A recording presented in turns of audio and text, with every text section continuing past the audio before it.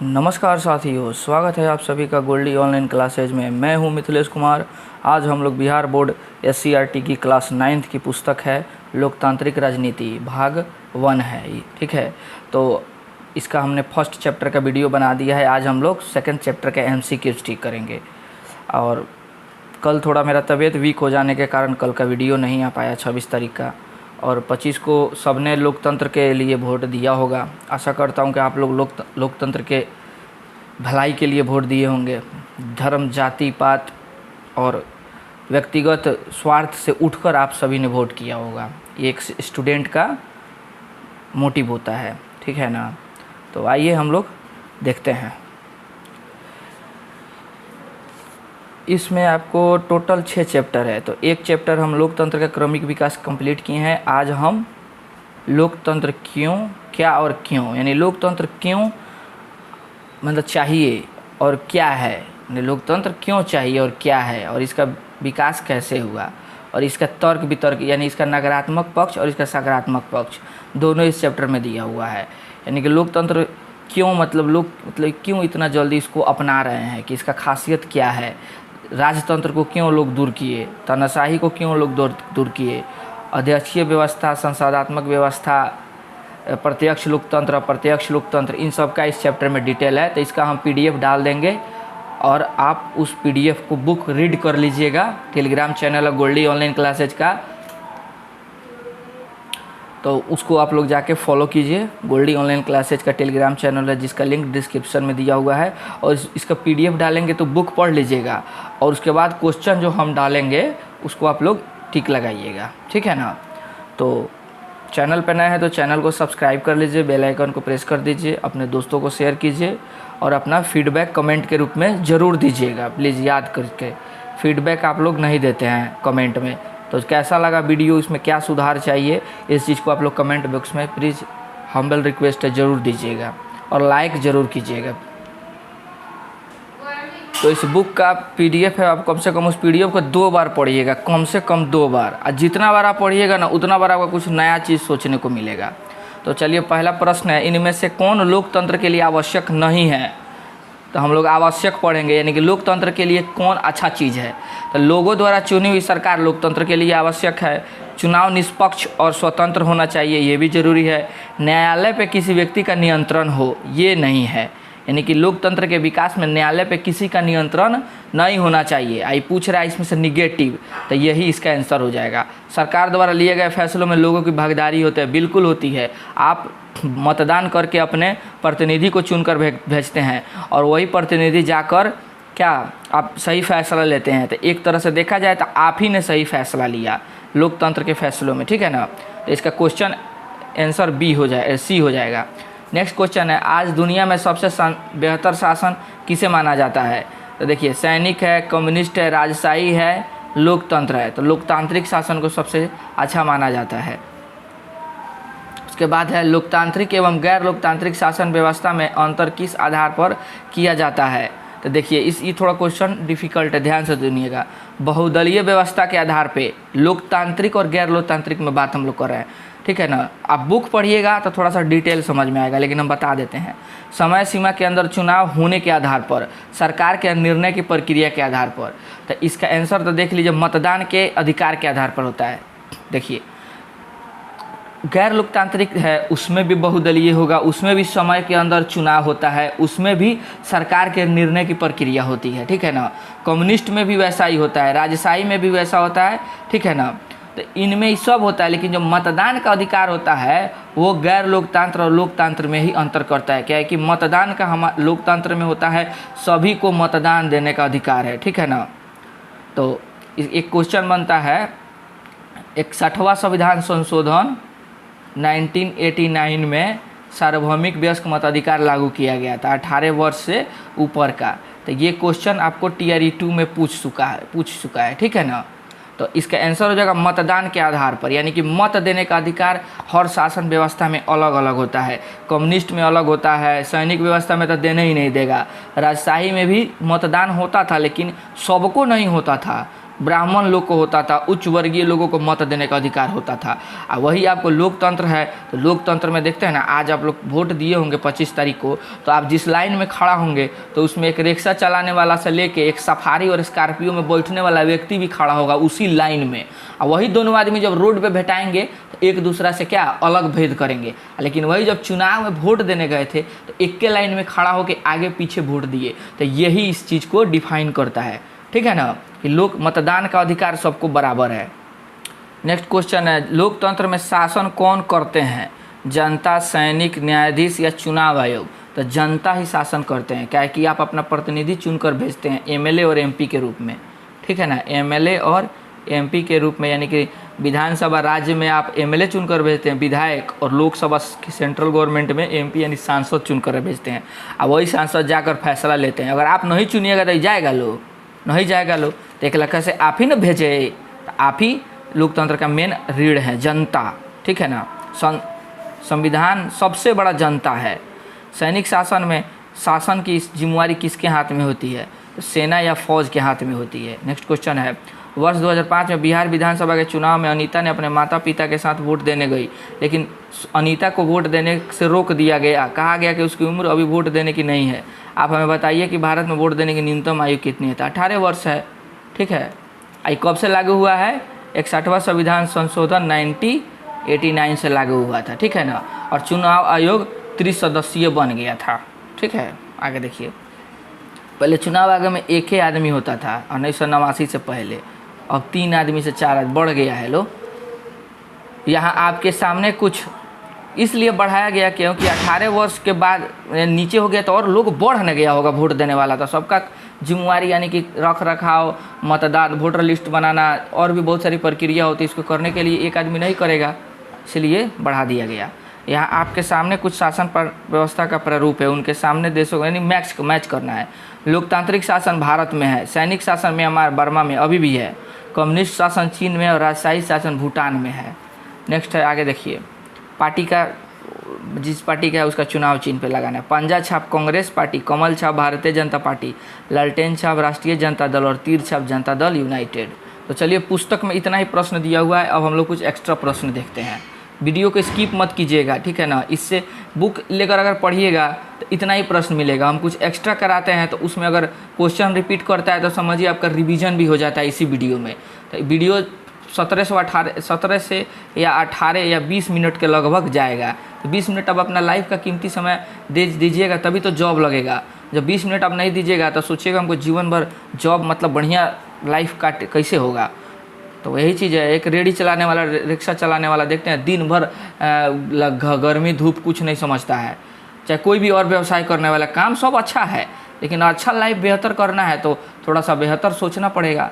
तो अब ज़्यादा टाइम नहीं लेंगे इसमें, ठीक है ना। तो वीडियो को स्किप मत कीजिएगा और पूरा वीडियो को देखिएगा। पहला क्वेश्चन है, इनमें से कौन लोकतंत्र के लिए आवश्यक नहीं है? तो हो जाएगा इसमें न्यायालय पर किसी व्यक्ति का नियंत्रण हो, ये आवश्यक नहीं है।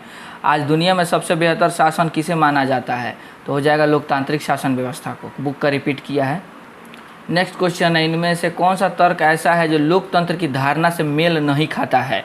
ठीक है ना, क्वेश्चन तो अच्छा दिया है। लोकतंत्र में मेल नहीं खाता है ना, तो नहीं है तो हम लोग सही वाला खोजेंगे, यानी कौन कौन है, तो अपने आप नहीं वाला आ जाएगा। तो लोकतंत्र से जो मेल खा रहा है उसको हम लोग देखेंगे। लोकतंत्र में लोग खुद को स्वतंत्र एवं समान मानते हैं, ये मेल खा गया, ठीक है ना। तो नहीं पूछ रहा है तो नहीं होगा। लोकतांत्रिक व्यवस्था दूसरी व्यवस्थाओं की तुलना में टकराव को ज़्यादा अच्छी तरह सुलझाते हैं, ये भी सही है।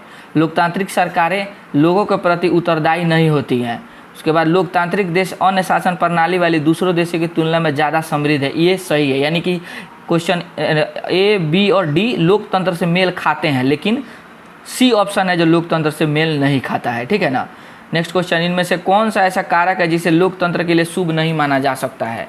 तो देखिए, क्वेश्चन अच्छा उठाया है, नहीं वाला पूछ रहा है ना, तो बहुत बढ़िया है, घुमा देगा। लेकिन आप देखिएगा, लोगों द्वारा चुनी हुई सरकार मेल जा खाती है। सरकार द्वारा लिए गए निर्णय में लोगों की सहभागिता बिल्कुल है।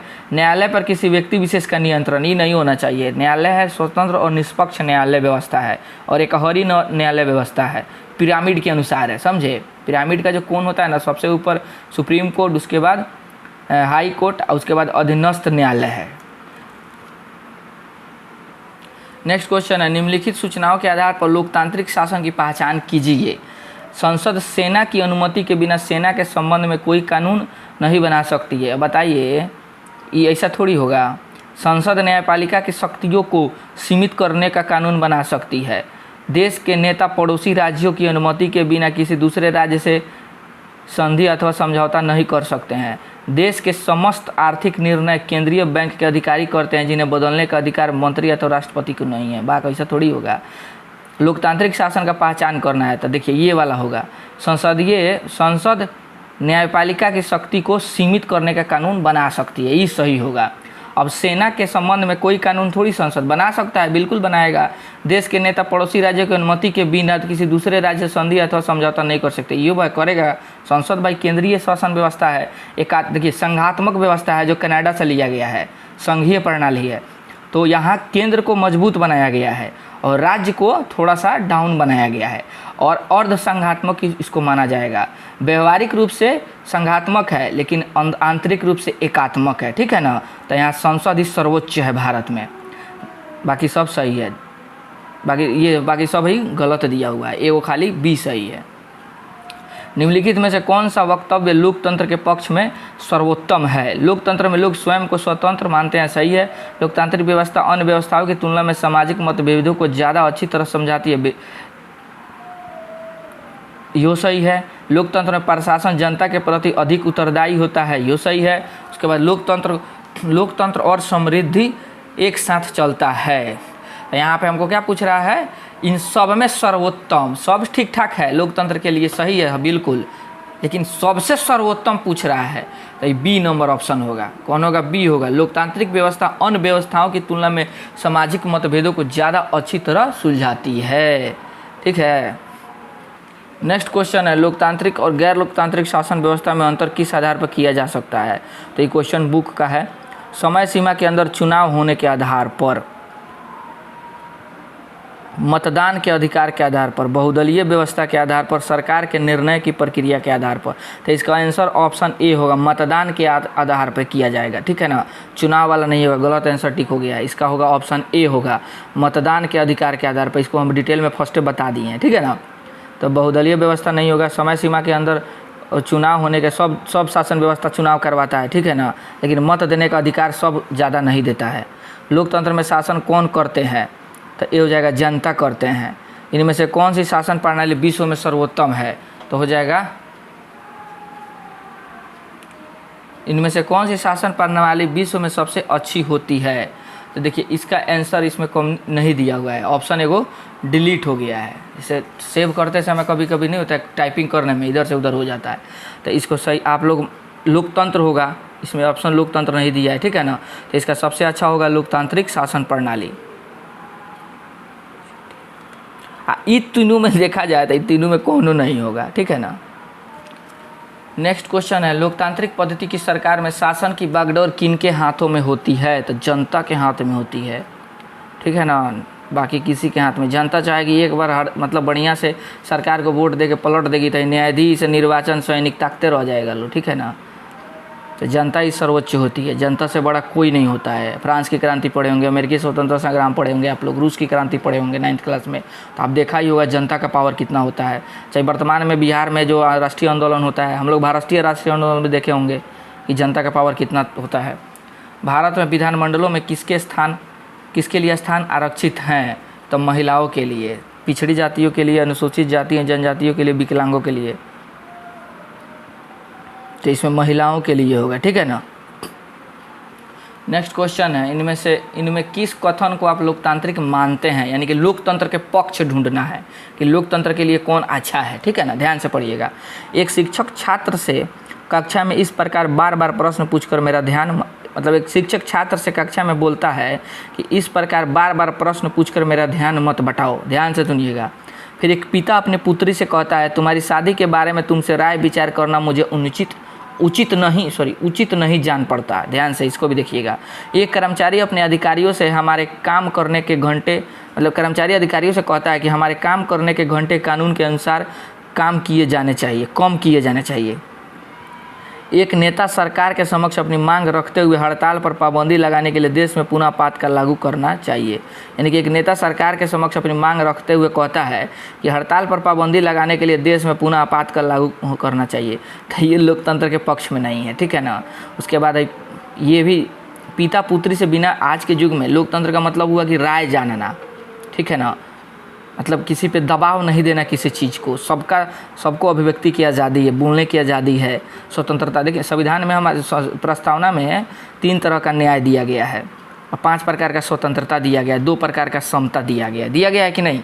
देखिए प्रस्तावना है, इसमें आपको सामाजिक, आर्थिक और राजनीतिक न्याय दिया गया है 3 प्रकार का। धार्मिक न्याय का चर्चा नहीं है, सामाजिक, आर्थिक और राजनीतिक न्याय का बात है। स्वतंत्रता देखिए, विचार करने का अपना विचार आप रख सकते हैं, अभिव्यक्ति, अपना मन का बात अभिव्यक्त कर सकते हैं किसी को।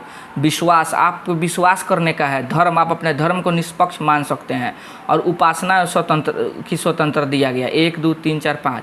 और प्रतिष्ठा एवं अवसर की समानता, यानी कि आपको इज्जत के साथ गरिमापूर्ण जीवन जीने का अधिकार है, प्लस आपको लोक नियोजन में अवसर, यानी कि सबके साथ बराबर अवसर देने का अधिकार है। तो इसको आप लिख लीजिएगा, ठीक है ना। तो इसमें हम लोग किसको देख रहे हैं, स्वतंत्रता का बात चल रहा है, ठीक है ना क्वेश्चन में। तो इसमें लड़की को भी स्वतंत्रता होना चाहिए, तो ये गलत है।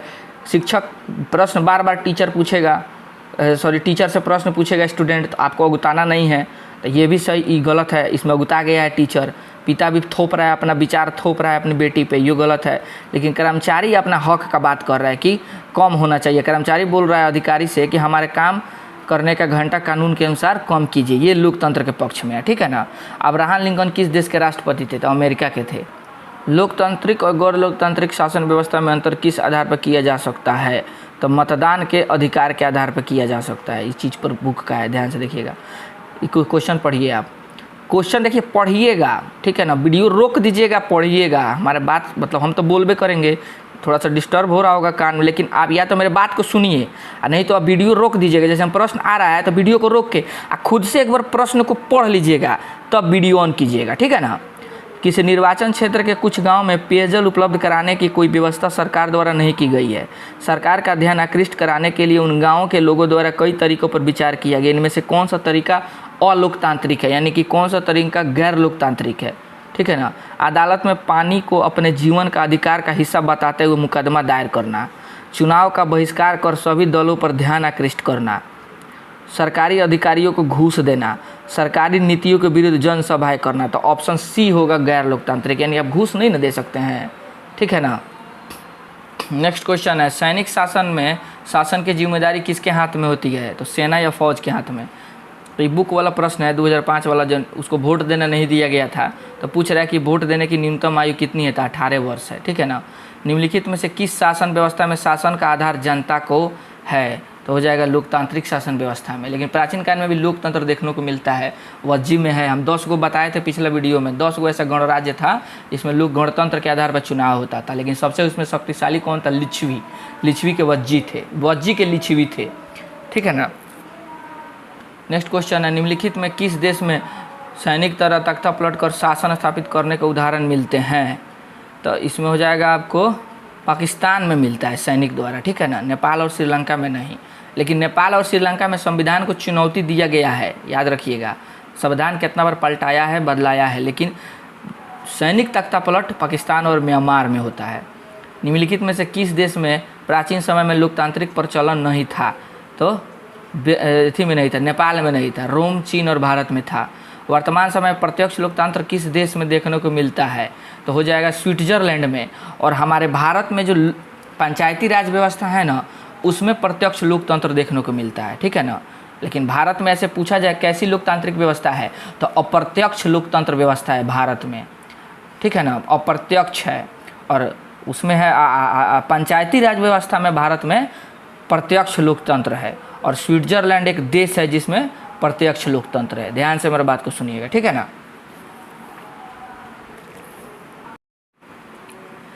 तो इसमें आपका आंसर होगा ऑप्शन डी होगा, मतदान के अधिकार पे, ठीक है ना। ऑप्शन ए नहीं होगा। उसके बाद है, भारत में मतदान में भाग लेने के लिए न्यूनतम सीमा रेखा क्या है, आयु का, तो 18 वर्ष। नेक्स्ट क्वेश्चन, इनमें से कौन सा कथन लोकतंत्र के कथन है जो लोकतंत्र से मेल नहीं खाता है, यानी कि लोकतांत्रिक नहीं है, लोकतंत्र में सभी लोगों को मत का मूल्य समान होता है, ये मेल खा गया। लोकतांत्रिक सरकारें ज़्यादा मनमानी करती हैं, यह मेल नहीं खाया। लोकतांत्रिक मनमानी करेगा तो जनता काहे ला बैठा है, सरिया देगा जनता आंदोलन करके। तो बाकी आप लोग ऑप्शन देख लीजिएगा, बाकी ऑप्शन इसमें नहीं होगा। नेक्स्ट क्वेश्चन है, इनमें से कौन सा कथन सही है? भारत में एक ही दल के उम्मीदवार चुनाव में खड़े होते हैं। भारत में स्वतंत्र निर्वाचन आयोग नहीं है। भारत में धर्म के आधार पर मत देने का अधिकार दिया गया है। यहाँ बुजुर्ग भी वयस्क नागरिकों की भांति मतदान में भाग ले सकते हैं। तो इसमें से एक ऑप्शन युजुर्ग नहीं बुजुर्ग होगा, ठीक है ना। तो इसमें एक ऑप्शन सही लग रहा है, ऑप्शन डी, ठीक है ना। ऑप्शन डी सही लग रहा है, जो लोकतंत्र के भारत के बारे में सही है। बाकी तीनों ऑप्शन ए बी सी गलत है।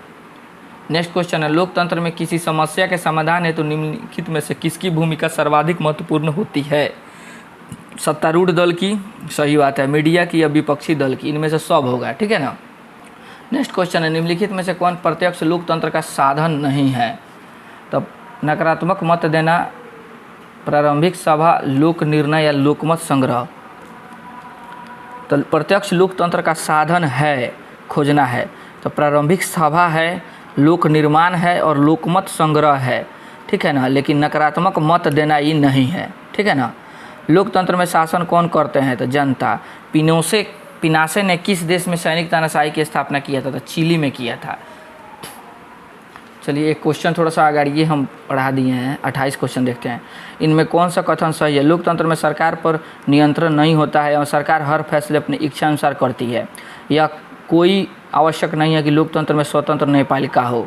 लोकतांत्रिक सरकार यदि गलत फैसला करती है तो उसे भयंकर जन विद्रोह का सामना करना पड़ता है। लोकतंत्र में मीडिया पर कठोर प्रतिबंध लगाया जाता है। तो आप लोग को तो इतना तो बुझा गया होगा कि लोकतंत्र में कौन सही है कौन गलत है, ठीक है ना। तो इसका आंसर ऑप्शन सी होगा, ठीक है ना। नेक्स्ट है, लोकतंत्र में निम्नलिखित कौन सी बातें नहीं होती है, ठीक है। तो इसको हम लोग देखेंगे। धर्म के आधार पर चुनाव होता है, लोगों में विचार रखने की स्वतंत्रता होती है, लोगों के अधिकारों का हनन नहीं होता है, लोगों को सरकार के समर्थन एवं विरोध का स्वतंत्रता होती है। तो इसका आंसर आप लोग खुद बता सकते हैं। तो इसका आंसर होगा ऑप्शन ए होगा, ठीक है। नेक्स्ट क्वेश्चन है, जनतंत्र के लिए संघर्षरत उस क्रांतिकारी का नाम बताइए जिसे शांति का नोबेल पुरस्कार आंग सान सू की होगा, ठीक है ना, म्यांमार का। एक लोकतांत्रिक राज्य में कौन सा अधिकार लोगों को प्राप्त होता है? मतदान का अधिकार, विचार अभिव्यक्ति का अधिकार, राजनीतिक सहभागिता का अधिकार।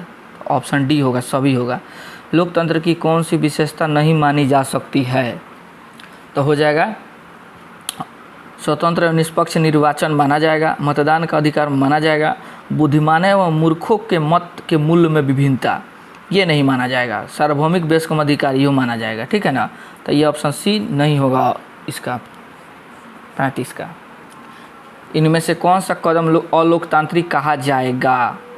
न्यायपालिका का स्वतंत्र निष्पक्ष होना, ये तो लोकतांत्रिक है। पूछ रहा है अलोकतांत्रिक यानी गैर लोकतांत्रिक। आर्थिक नीति का जनहित के आधार पर तय किया जाना, ये भी सही लग रहा है।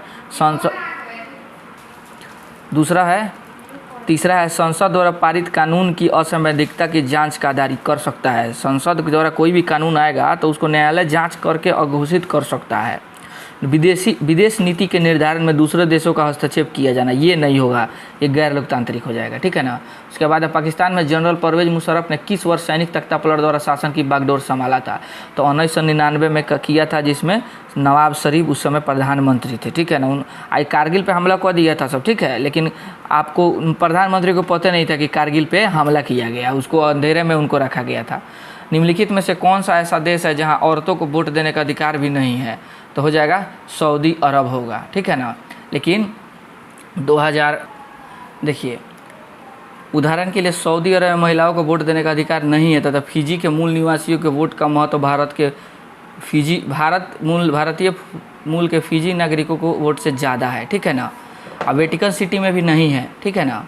लेकिन देखिए यहाँ पे 2015 से नियम लागू किया गया है। 2011 में किंग अब्दुल्ला जो थे वो इस कानून को लाए थे और 2015 से इसको लगभग लागू किया गया है, ठीक है ना।